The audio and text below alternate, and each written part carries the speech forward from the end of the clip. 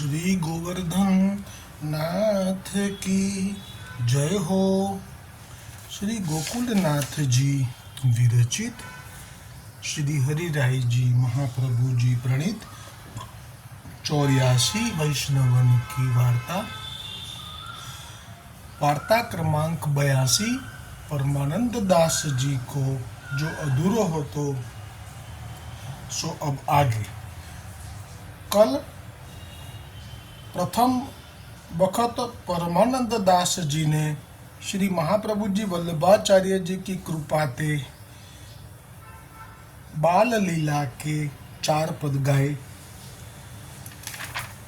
सो ऐसे पद परमानंद दास ने बाल लीला के बहुत ही गाए। सो सुनी के श्री वल्लभाचार्य जी आपू बहुत ही प्रसन्न भये। ता पाछे परमानंद दास अडेल में श्री वल्लभाचार्य जी के पास रहे। तब श्री वल्लभाचार्य जी परमानंद दास सो कहे, जो अब समय समय के पद नित्य श्री नवनीत प्रिय जी को सुनाया करो। सो यह सेवा तुमको दीनी। तब परमानंद दास नित्य नए पद करी के समय समय के श्री नवनीत प्रिय जी को सुनावते। और जब श्री नवनीत प्रिय जी को अनुसर होय तब परमानंद दास श्री वल्लभाचार्य जी के आगे अनेक ब्रज लीला के कीर्तन करते और श्री वल्लभाचार्य जी आपू श्री सुबोधिनी जी की कथा कहते। सो जा समय जा प्रसंग की कथा श्री वल्लभाचार्य जी के श्री मुखते सुनते, ताही प्रसंग के कीर्तन कथा भये पाछे परमानंद दास श्री वल्लभाचार्य जी को सुनावते। એટલે જે શ્રી સુબોધિનીજી વલ્લભાચાર્યજીએ ભાગવતજીના 10મ સ્કંદના યુગલ ગૂઢ લીલાઓને જેમાં વર્ણવી છે તે શ્રી સુબોધિનીજી ભલે અપ્રાપ્ય છે અનધિકારીને, પરંતુ આવી રીતે વાયા કૃપા કરી છે શ્રી વલ્લભાચાર્યજીએ કે જો પરમાનંદ દાસના કીર્તનોમાં શ્રી સુબોધિનીજી છુપાયેલી છે, એટલે કે જે ગૂઢ લીલા શ્રી સુબોધિનીજીમાં છે તેનું જ દર્શન મનથી દર્શન કરી અને તે જ લીલાને કીર્તનમાં સમાવીને તે કીર્તનો પ્રગટ કરેલા છે પરમાનંદ દાસજીએ। હવે શ્રી ગોકુલનાથજી કૃપા કરીને વાર્તા પ્રસંગ 2નું દર્શન કરાવતા કહે છે, एक दिन परमानंद दास ने श्री ठाकुर जी के चरणारविंद को महात्म्य कथा में श्री वल्लभाचार्य जी के श्री मुखते सुन्यो। सो ता समय परमानंद दास ने श्री ठाकुर जी के चरणारविंद को महात्म्य सहित कीर्तन श्री वल्लभाचार्य जी के आगे गायो। सो पद राग कांधरो। चरण कमल बंदो जगदीश जे गोधन के संग धाये, जे पद कमल धुरी लपटाने कर गही गोपिन उर लाए, जे पद कमल युधिष्ठिर पूजित राजसूय में चली आए, जे पद कमल पितामह भीष्म भारत में देखन पाए, जे पद कमल शंभु चतुरानन हृदय कमल अंतर राखे, जे पद कमल रमा उर्भूषण वेद भागवत मुनि साखे, जे पद कमल लोकत्रय पावन बलि राजा के पीठ धरे, सो पद कमल दास परमानंद गावत प्रेम पीयूष भरे। હવે આજે પદ ગાયું છે પરમાનંદ દાસજીએ, એમાં પૂર્ણ પુરુષોત્તમ ગોલોકપતિ શ્રી કૃષ્ણચંદ્રની લીલા પણ છે અને મર્યાદા માર્ગીય ભગવાન વિષ્ણુ અને વામન ભગવાનના જે વિષ્ણુ ભગવાનના જે અવતાર થયેલા છે વામન અને દ્વારિકાધીશજીનું જે સ્વરૂપ છે એ પણ મર્યાદા પુષ્ટિ મિશ્ર છે। આ બધી લીલાઓનું વર્ણન એક પદમાં કરી દીધું છે. એટલે આ જે સુરદાસજીએ જેવી રીતે ભાગવતજીની અનુક્રમ મણિકા અને આજ્ઞા વલ્લભની થઈ, એટલે આપણે જે રીતે બધા જ અવતારોને વિશેષ વિસ્તારથી પદમાં સમાવેશ કર્યા, એવી રીતે પરમાનંદદાસજીએ પણ આ પદમાં બધાય ભગવાનોને સાથે રાખ્યા છે. એ આ એક કાની રાખવાનો ભાવ છે કે જે બ્રહ્માંડમાં પૂર્ણ પુરુષોત્તમ પ્રગટ થાય, એ બ્રહ્માંડમાં આપના અંશ અવતારોએ પણ જે લીલા કરી હોય તેનું પણ દર્શન કરવું જોઈએ. એવી એક કાની અને મર્યાદા એ પૂર્ણ પુરુષોત્તમની આજ્ઞાથી જ મહાપ્રભુજીએ આ પ્રેરણા કરી અને પરમાનંદદાસજી આ પદ રચ્યું છે. આ પદનો ભાવ પણ સમજવા જેવો છે. ચરણ કમલ વંદુ જગદીશ જે ગોધન કે સંગ પાય. એટલે શરૂઆત જ આપે આપના ઈષ્ટ પૂર્ણ પુરુષોત્તમ ગોલોકપતિથી શરૂઆત કરી, એટલે અન્યાશ્રય થવાનો ભય ના રહે. અને કહ્યું કે હું સર્વપ્રથમ એ ચરણ કમલની વંદના કરું છું કે જે જગદીશ ગોધન એટલે જે ગાયોને ચરાવી રહ્યા છે અને તેમની સાથે જઈ રહ્યા છે. પછી બીજી જે ટૂંક છે એમાં જે પદ કમલ ધૂરી લપટાને કર ગહી ગોપીન ઉરલાય. એટલે કે જે ચરણમાં ધૂળ છે, ધૂળ લાગેલી છે, ધૂરી લપટાને કર ગહી ગોપીન ઉરલાય. એટલે કે તે ચરણને ગોપીઓએ પોતાના વક્ષ સ્થળ ઉપર મૂકી, ઠાકોરજીના ચરણ મૂકી અને પોતાની વિરહ વેદનાને શાંત કરી હતી. તે પદની વંદના કરું છું. પછી કહે છે કે જે પદ કમલ યુધિષ્ઠિર પૂજિત રાજસૂય મેં ચલી આય. એટલે કે છે કે હવે દ્વારિકાધીશ કે જેમના ચરણની પૂજા કરવા માટે યુધિષ્ઠિરે રાજસૂય યજ્ઞમાં ઠાકોરજી સ્વયંના ચરણ પૂજવા માટે યુધિષ્ઠિર આવ્યા હતા, એ ચરણની વંદના કરું છું. જે પદ કમલ પિતામહ ભીષ્મ ભારત મેં દેખ પાય. ભારત એટલે મહાભારતના યુદ્ધ વખતે, જે વખતે ઠાકોરજી અર્જુનના સારથી હતા અને આપે જે દર્શન આપ્યા એ ભીષ્મ પિતામહે કર્યા.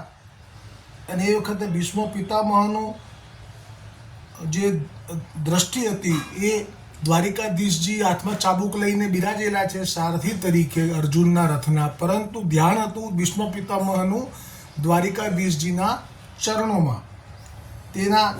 એ ચરણોની વંદના કરી આ પદમાં પરમાનંદદાસજીએ. જે પદ કમલ શંભુ ચતુરાનંદ હૃદયે કમલ અંતર રાખે. એટલે હવે જે છે એ પદ કમલ શિવજીના છે. હવે શિવજી અને ચતુરાનંદ એટલે બ્રહ્મા, આ બંનેના હૃદયમાં જે ભક્તિ છે એ અહીંયા પ્રગટ કરી દીધી છે મહાપ્રભુજી વલ્ભાચાર્યજીની કૃપાથી. ભાગવતજીના અનુક્રમ મણિકા શ્રવણ કરવાથી આ ભાવ પ્રગટ કરી દીધો પરમાનંદદાસજીએ કે જે પદ કમલ શંભુ ચતુરાનંદ હૃદય કમલ અંતર રાખે. એટલે કે જે પદ કમળ શિવજી પોતાના હૃદય કમળમાં કાયમ માટે રાખે છે, જેનું ધ્યાન પણ કર્યા કરે છે. અને બ્રહ્માજી પણ જન્મ હૃદયમાં સાક્ષાત ઠાકોરજીનું જ ધ્યાન કર્યા કરે છે, ચરણનું. દ્વારિકા એટલે પૂર્ણ આ વિષ્ણુ ભગવાનનું એ અહીંયા ઉલ્લેખ છે. આના બે પ્રમાણ છે. જ્યારે નારદજી પ્રથમ વખત બ્રહ્માજી પાસે ગયા, એ ભાગવતજીના શરૂઆતમાં સ્કંદમાં આવે છે કે એમ કહ્યું કે તમે જો આ સર્જન કર્યું છે તો તમે જ ઈશ્વર છો ને.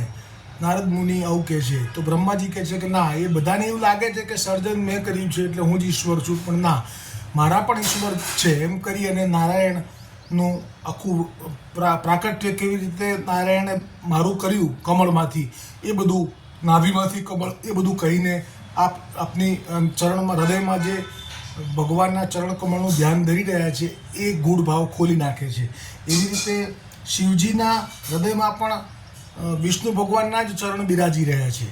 એ પણ ભાવ ક્યારે પ્રગટ થાય છે તો કે જ્યારે વિષ્ણુ ભગવાન જ્યારે પૂર્ણ પુરુષોત્તમ ગોલોકપતિ રાસ કરવા માટે ભૂતલ પર પ્રગટ થઈ અને વૃંદાવનમાં 6 મહિનાની રાત્રિ કરી અને મહારાસ કરી રહ્યા હોય છે, ત્યારે એક આસુરી મુનિ એ યુગલ રાધા અને કૃષ્ણ પ્રભુના પરમ ભક્ત હોય છે.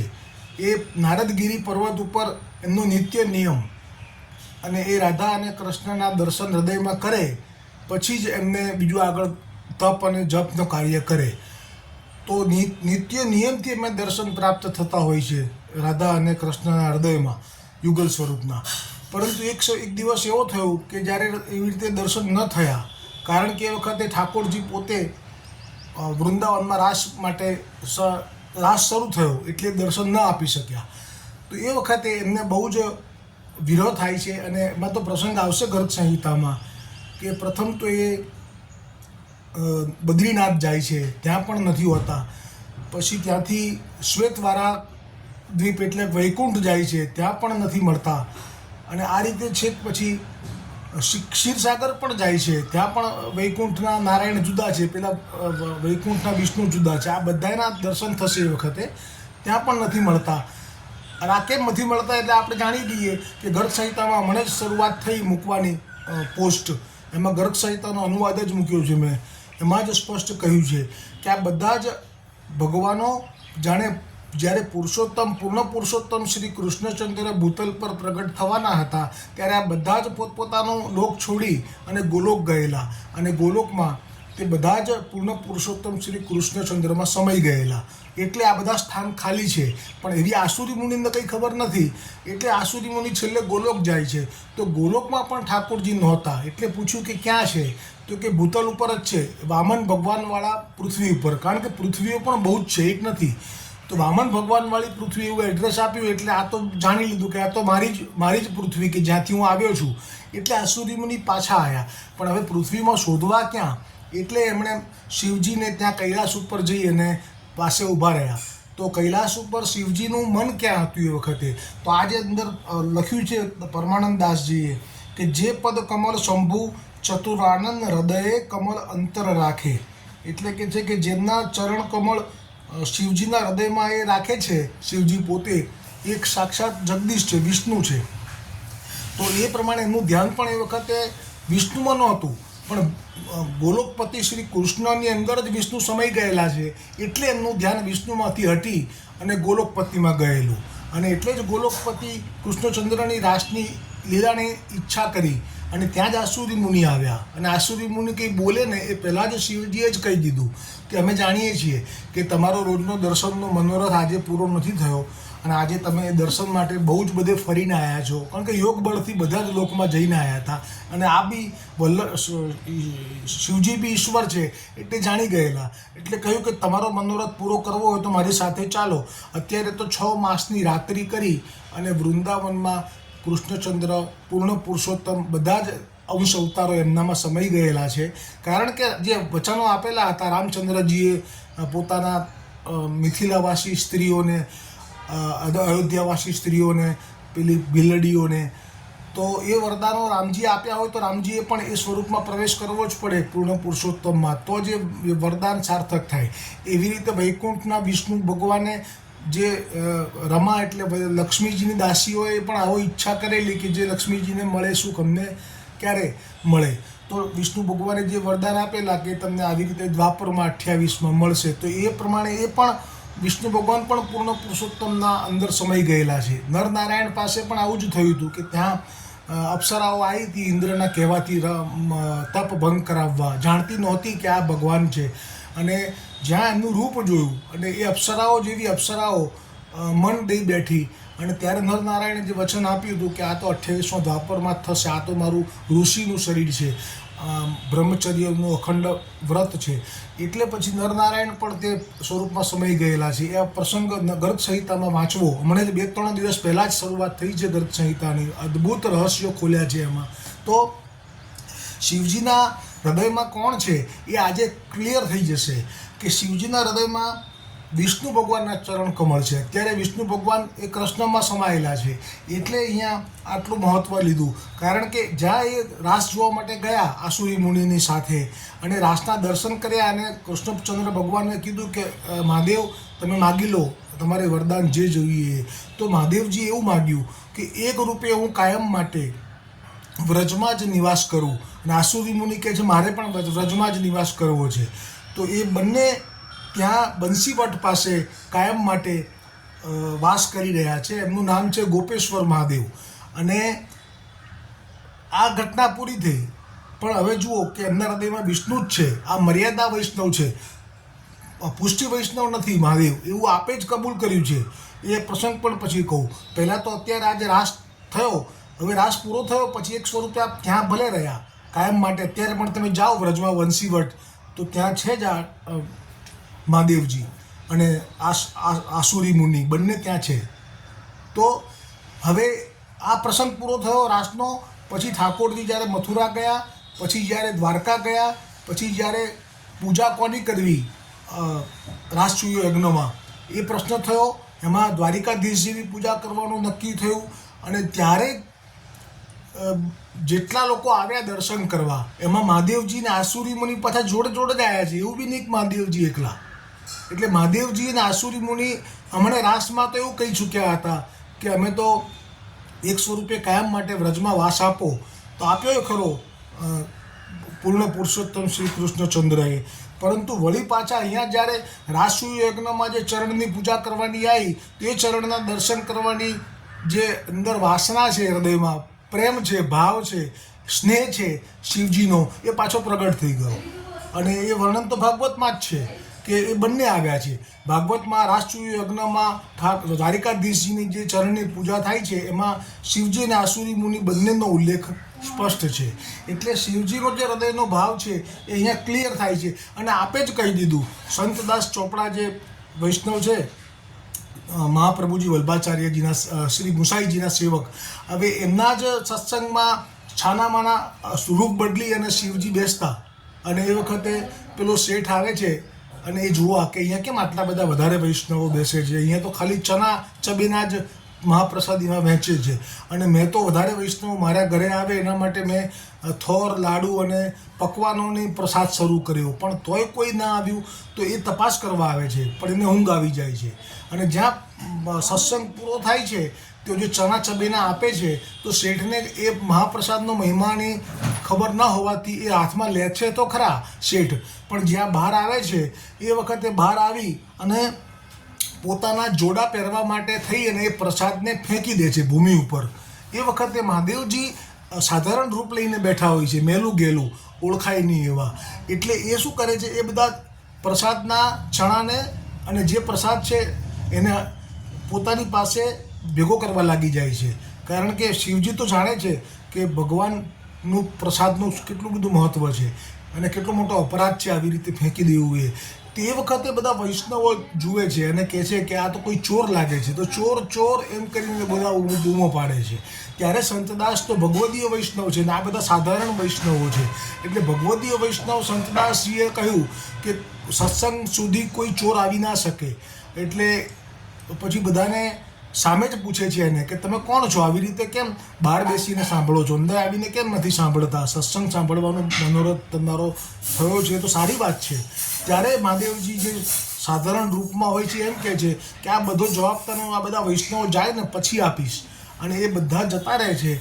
પછી એ એકાંતમાં કહે છે કે હું તો મહાદેવ છું અને આ જે શેઠ છે એણે પ્રસાદ આવી રીતે ફેંકી દીધો અને આ તો મહાપ્રસાદ છે, આ તો કોઈના પગ નીચે આવે તો અનર્થ થઈ જાય.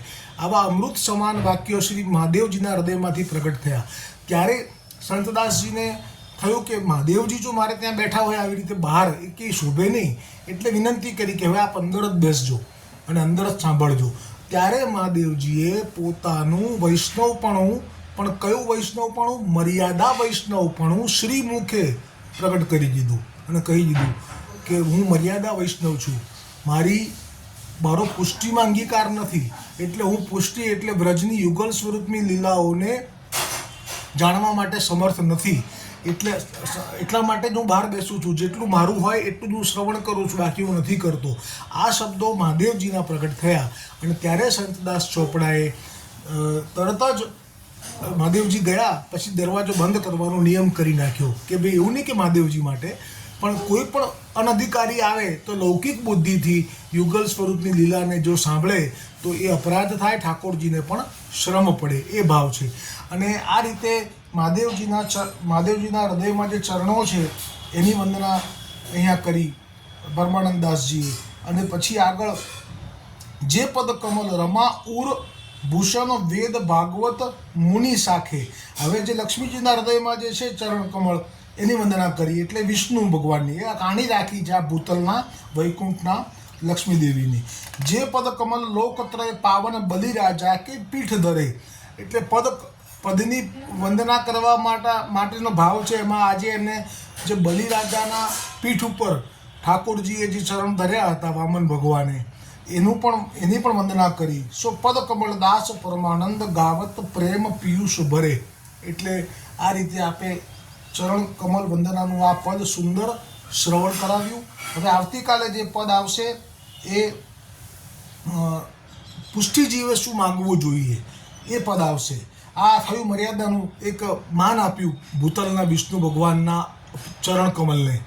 પરંતુ જે આવતીકાલે જે પદ આવશે એમાં यह मागु गोपीचंद वल्लभ मानुष जन्म और हरि की सेवा ब्रज बसीवो दीजे मोहि सुलभ. આ આવશે પુષ્ટિનો ભાવ પણ આવતીકાલે. શ્રી વલ્લભાધીશ કી જય હો, શ્રી ગોવર્ધનનાથ કી જય હો.